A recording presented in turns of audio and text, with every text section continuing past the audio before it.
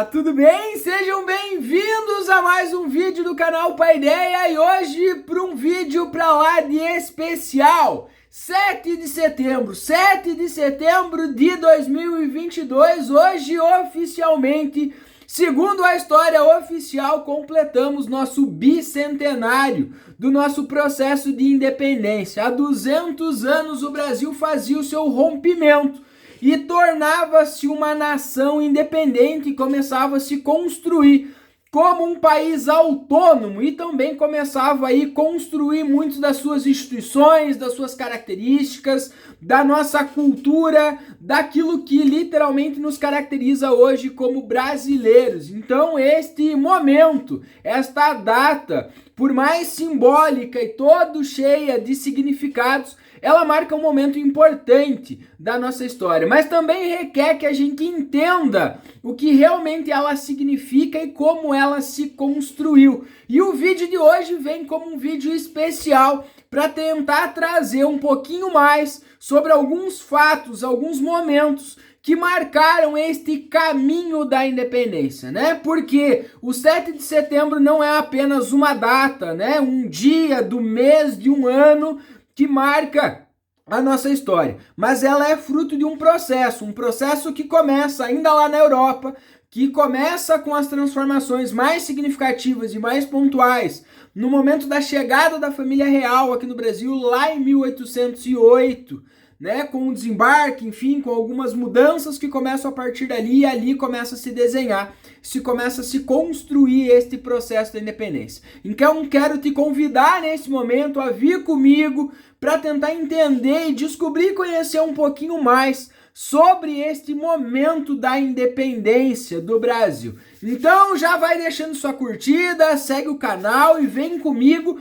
porque para começar a entender essa história da independência, esse processo e esse caminho, a gente precisa voltar para um acontecimento importante lá de 1806, que ocorre lá dentro do continente europeu, né? Em 1806, aí no auge das guerras napoleônicas europeias, Portugal vivia uma situação extremamente delicada. Enquanto Napoleão empreendia seu grande projeto de expansão do Império Francês, vai acabar entrando em choque com a Inglaterra e isso vai respingar no país português, que era a nossa grande metrópole colonizadora até este momento. Então, em 1806, o Napoleão decreta aquilo que fica conhecido como bloqueio continental. Proíbe, basicamente, todos os países europeus de comercializarem, comprarem e venderem produtos com a Inglaterra. Só que nesse momento Portugal fica numa situação extremamente delicada, já que a Inglaterra era a parceira histórica, comercial, política, cultural dos portugueses nesse momento. Então, literalmente, aquele ditado popular, se ficar o bicho pega, se correr o bicho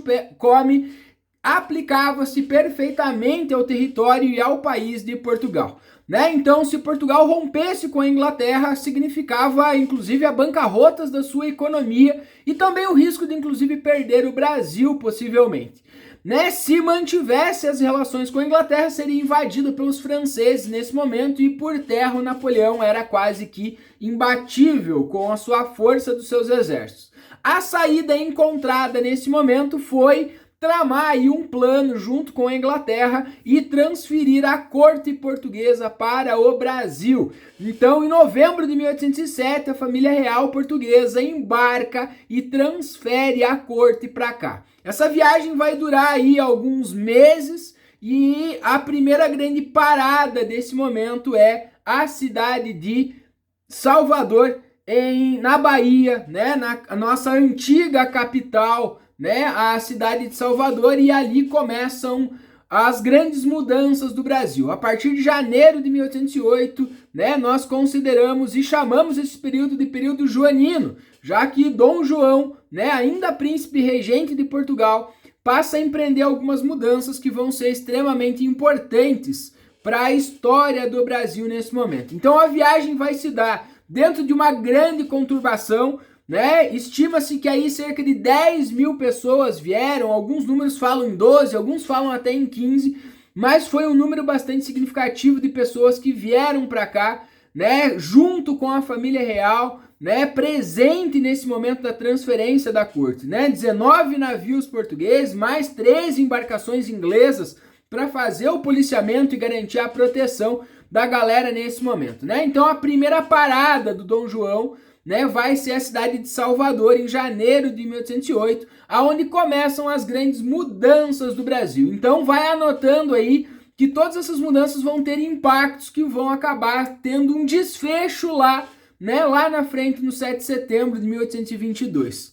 Então, neste primeiro momento, né, da parada em Salvador, vem as primeiras decisões. Quais são essas decisões? Tá? Primeiro momento é a considerada abertura dos portos que o Dom João vai fazer. Então, entre os acordos feitos com a Inglaterra para vir para cá, para transferir a coroa portuguesa para cá, a Inglaterra teve uma participação bastante significativa nessa transferência, já que a Inglaterra vivia uma grande pressão econômica com o bloqueio continental. Então, abrir mais mercado consumidor para a Inglaterra era fundamental. E o Brasil era visto pela Inglaterra nesse momento como um mercado consumidor extremamente potencial, pelo seu tamanho, pela sua população. Então, uma das exigências que a Inglaterra faz para ajudar a família real vir para cá, para garantir a segurança, justamente a abertura dos portos.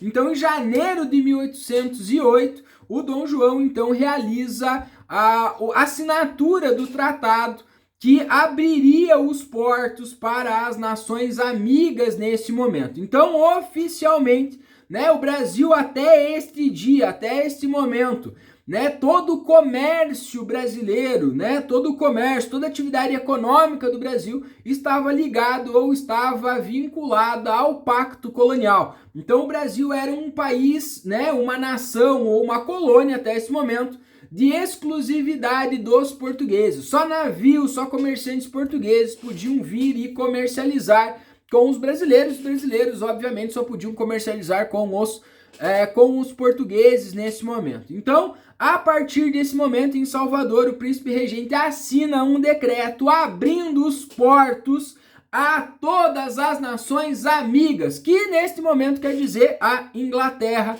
né? Então essas nações amigas nesse momento é a Inglaterra que ganha este direito de chegar aqui e passar a comercializar. Junto com esse tratado, também o Dom João assina um outro tratado extremamente importante, né, que é o Tratado de Comércio e Navegação. E este tratado também mostra o quanto a Inglaterra tinha um poder, né, de pressionar o Brasil a partir dessas relações de poder. Este Tratado de Comércio e Navegação estabelece as porcentagens de impostos pagas para fazer ou para realizar as comercializações. Então, nesse tratado fica acertado que o Brasil cobraria 15% de impostos dos ingleses para comprar e vender, enquanto Portugal pagaria 16% e os outros países pagariam 24% nesse momento. Então isso dá uma vantagem bastante significativa para os ingleses nesse momento em questões de competitividade. Então, estes dois tratados é o primeiro passo para o fim do colonialismo português sobre o Brasil. E a partir de agora, oficialmente, o Brasil estava livre do pacto colonial e ali começa a desamarrar e começa a caminhar, né? Começamos a caminhar nesse processo da independência nesse momento, né? O governo ainda vai reduzir as taxas de importações de produtos vindos do exterior, revogou o alvará também, que proibia qualquer tipo de fabricação de produtos aqui, né? Então o Brasil tinha uma lei que proibia a fabricação de qualquer tipo de produto aqui para obrigar os brasileiros a comprar os produtos que vinham de Portugal, né? Então nesse momento esta lei também está revogada.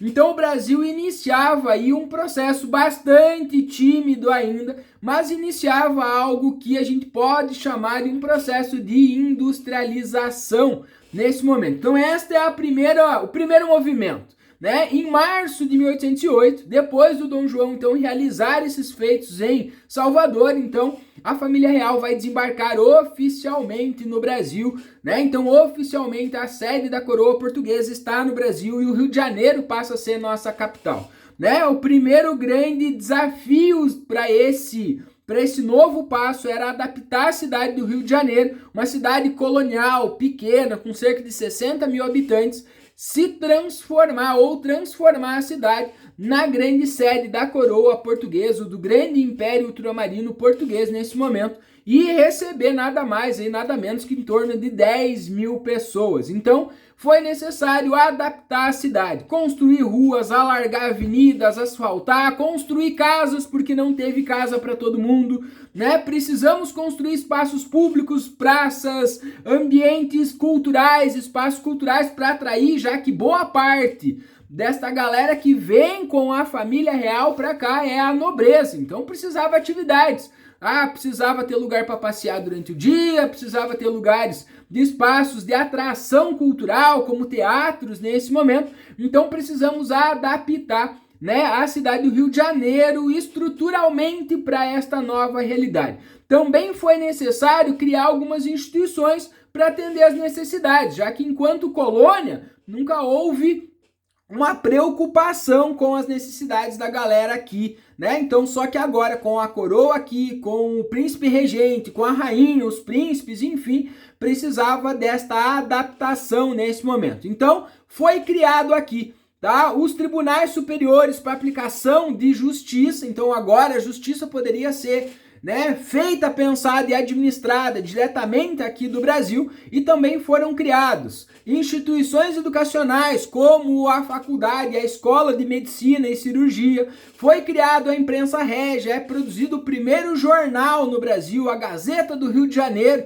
em 1808, que até então eram proibidos também, foi criado também aqui o Jardim Botânico, um centro de pesquisa para a introdução de novos gêneros alimentícios, né, para a produção agrícola, enfim, desenvolvimento também da economia agrícola. Foi criada a Academia Real Militar em 1810, a Biblioteca Nacional em 1810 também, né, chamada na época de Biblioteca Real, diga-se de passagem, a maior biblioteca do mundo, que era, né, pertencia à família real e veio junto com a transferência da corte, né? Foi também produzido a Academia de Ciências e Artes e Ofícios em 1816 e o Banco do Brasil para organizar nossas finanças, organizar aí nossa vida econômica, né, dentro destas estruturas nesse sentido. Então essas instituições, elas começaram a produzir um aspecto diferente, começaram a incentivar atividades econômicas, comerciais, facilitaram,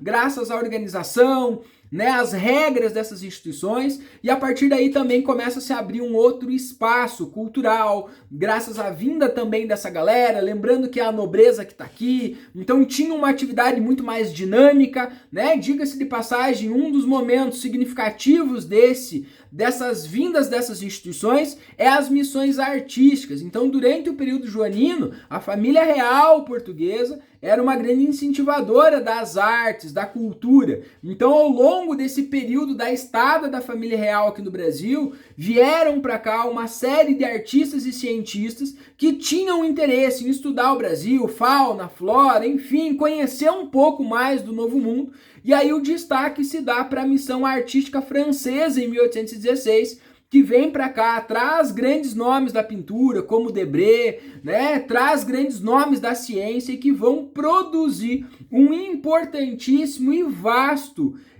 material, registro e fontes históricas sobre o Brasil daquele momento joanino, daquele momento de grandes transformações do Brasil, e deixam para trás, né, um início de pesquisas, de retratos, enfim, de um registro extremamente importante da história do Brasil nesse momento. Então todas estas mudanças, né, elas começam a provocar, enfim, um conflito, já que éramos colônia, vivemos esta abertura política, social, econômica do Brasil, e isso começa a provocar, né, algumas mudanças. Mas essas mudanças foram extremamente positivas para o Brasil, importantes, trouxeram modernização, trouxeram abertura dentro de tudo isso, como eu falei, mas nem tudo foram flores, já que essas mudanças elas não foram iguais para todo mundo, né? Levando em consideração o tamanho do nosso território, a cidade do Rio de Janeiro como capital, aquela região central do país, foi a região que mais se beneficiou com essas mudanças. Já a grande maioria do território nacional vai acabar sofrendo, né, um processo não tão positivo com a chegada da família real, né? Lembrando em consideração esse grande território, essa diversidade, então as mudanças não vão ser positivas para todo mundo, em especial para regiões mais marginalizadas, principalmente o Nordeste, o Sul. A presença da corte portuguesa aqui significou algumas mudanças negativas no sentido de aumento do controle, né? Porque a presença da coroa portuguesa aqui também trouxe maior controle sobre estas regiões, né? O poder real agora concentrado no Rio de Janeiro passa a controlar mais de perto essas regiões. Também ocorreu de forma muito negativa para essas regiões a elevação das cobranças de impostos, né, dos pagamentos de impostos que vai recair sobre esta galera. Então a população mais pobre, esses estados mais marginalizados, acabam tendo um impacto bastante negativo com a presença da coroa portuguesa aqui, né? Aumento de impostos e também a alta do preço dos produtos, já que a maioria das produções agrícolas, né, eram destinadas ao atendimento dessa galera no Rio de Janeiro. Então isso provocou uma inflação e um aumento do custo destes produtos. Isso vai provocar algumas rebeliões no Brasil. E aí o destaque para a Revolução Pernambucana em 1817. Né? A região de Pernambuco já sofria com a crise do açúcar, né? Já havia uma decadência econômica da região. A chegada da família real aqui agravou essa situação. Além disso, né, a venda de títulos de nobreza pelo Dom João para conseguir estabelecer alianças, para, né, evitar divergências políticas, também foi somando-se a esse descontentamento da região nordeste brasileira, o que vai provocar, né, que em 1917 a gente tenha esta província pegando em armas, né, num movimento rebelde inspirado na Revolução Francesa, que vai reivindicar maior liberdade política, vai defender as ideias e as garantias das liberdades constitucionais, tá? Principalmente políticas, né? E uma maior participação da sociedade no governo nesse momento, né? Também levantavam questões como o fim do Império Português, né? E também as ideias republicanas começam a rondar esta região nordeste brasileiro por esse descontentamento nesse momento. Então esta revolta em Pernambuco marca, né, este período das tensões que começam a se acirrar aí a partir de 1817, 1818, 1819. Lembrando que durante esse momento, em 1815, nós temos a elevação do Brasil a Reino Unido de Portugal, para que Portugal pudesse participar do Congresso de Viena, e em 1818, após a morte da Dona Maria I, que era a rainha de Portugal, né, o Dom João, então agora oficialmente passa a ser Dom João VI e é coroado rei de Portugal aqui no Brasil. Isso aumenta as revoltas e o descontentamento, em especial dos portugueses, que desde 1807 tinham sido basicamente abandonados pela família real portuguesa, né, vindo para cá, ficado na mão basicamente dos franceses, que passam a controlar politicamente e economicamente também o país. E isso provoca um reflexo e um impacto bastante negativo sobre a economia, sobre a sociedade portuguesa. Então aí em 1820 estoura, graças a esse crescimento da insatisfação e a negação da família real de voltar a Portugal com a corte, com a sede do Império, estoura então a Revolução do Porto em 1820, basicamente com a cobrança da volta do Dom João. Mas a Revolução do Porto não se resume só a isso, né?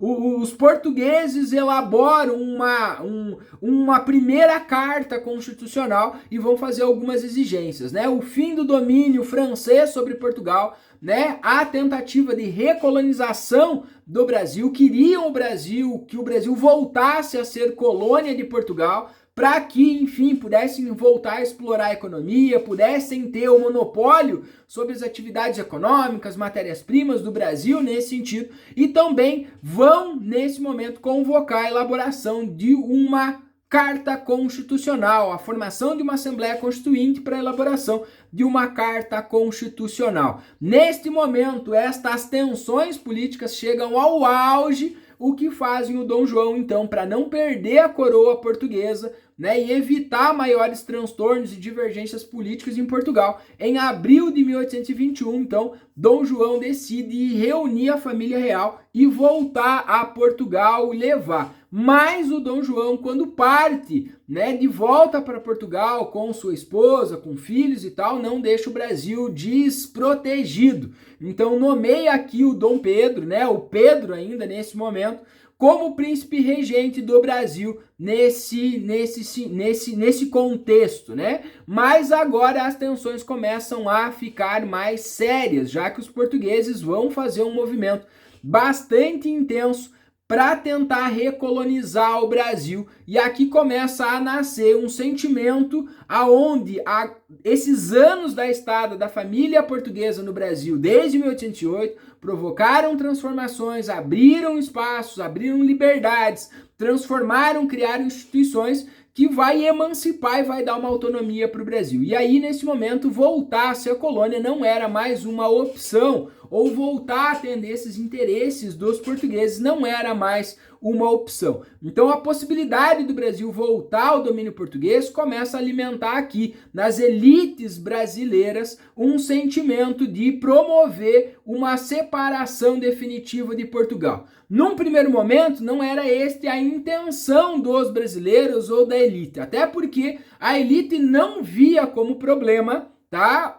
O Dom João governar Portugal e o Dom Pedro ficar aqui como representante sem problema nenhum, né? O problema é que eles começam a perceber que o sentimento de independência começa a nascer aqui no Brasil, com todas as ideias liberais que estão circulando no mundo neste momento, e aí o grande medo das elites aqui é que este sentimento, essa perspectiva da independência pudesse acontecer e ser mobilizada pelas camadas populares. E aí, possivelmente, muitos dos privilégios políticos, econômicos, sociais seriam rompidos nesse momento. Então, como uma forma de manter esses privilégios, né, esta elite vai se associar ao Dom Pedro, né, gerando um apoio para que o Dom Pedro fizesse a independência, para que eles estivessem presentes, para que também a estrutura política, social, econômica do Brasil não tivesse profundas alterações,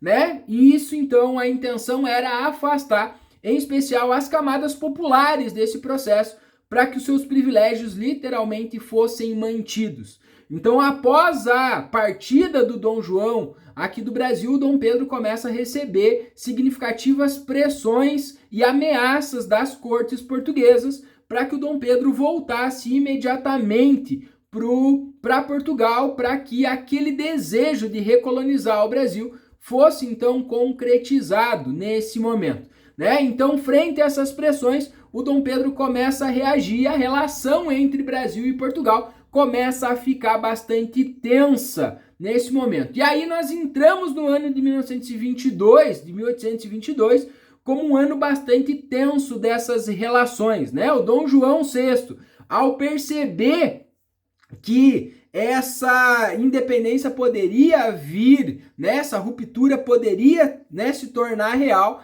dizem aí os fofoqueiros da história que uma das últimas falas de Dom João com o Dom Pedro seria justamente aqui, né? Que Pedro se desse conta de que a independência poderia acontecer, então para manter esta relação de proximidade entre Brasil e Portugal, né? Que o Dom Pedro liderasse esse movimento, e é basicamente isso que a gente vê se concretizar. Então, depois das pressões das cortes portuguesas, no dia 9 de janeiro de 1822, o Dom Pedro decreta, então, ou vai ter um posicionamento aí frente a essas cobranças de portugueses que vai ficar conhecido como o Grande Dia do Fico. Esse é um dos momentos mais significativos do nosso processo de independência, né? Então o Dom Pedro decide, frente a essas pressões, né, romper com os portugueses, não obedecer às ordens, né, e decretar que ele fica no Brasil por bem geral de todos, felicidade da nação, diga ao povo que fico, e a partir dali, então, as relações entre Brasil e Portugal ficam tensas, né, tão tensas que em junho de 1822 o Dom Pedro vai convocar uma Assembleia Constituinte. Isso já demonstra este processo da independência, ou já demonstra que ele já considerava o Brasil independente. porque só um país livre, uma nação livre é considerada, né, ou tem uma formação de uma assembleia, ou está discutindo a formação de uma assembleia constituinte ou uma carta constitucional. Então, este momento da independência, da proclamação, da convocação da Assembleia Constituinte também é um momento bastante significativo, né, simbólico dentro desse processo. E aí o desfecho, né, desta relação de tensão é o dia 7 de setembro. Então, no início de setembro de 1822, o Dom Pedro recebe aí cartas bastante ameaçadoras e contundentes das cortes portuguesas, mas nesse momento quem estava governando o Brasil de forma aí provisória e interina era a princesa Leopoldina, que o Dom Pedro tinha feito uma viagem a São Paulo para tentar resolver algumas dessas divergências políticas aqui dentro do território. Então a princesa Leopoldina recebe essas cartas, né, trama ali, faz os acordos necessários junto com a presença do José Bonifácio, que é outra figura importante desse momento, e avisa o Dom Pedro, né, manda essas cartas para o Dom Pedro.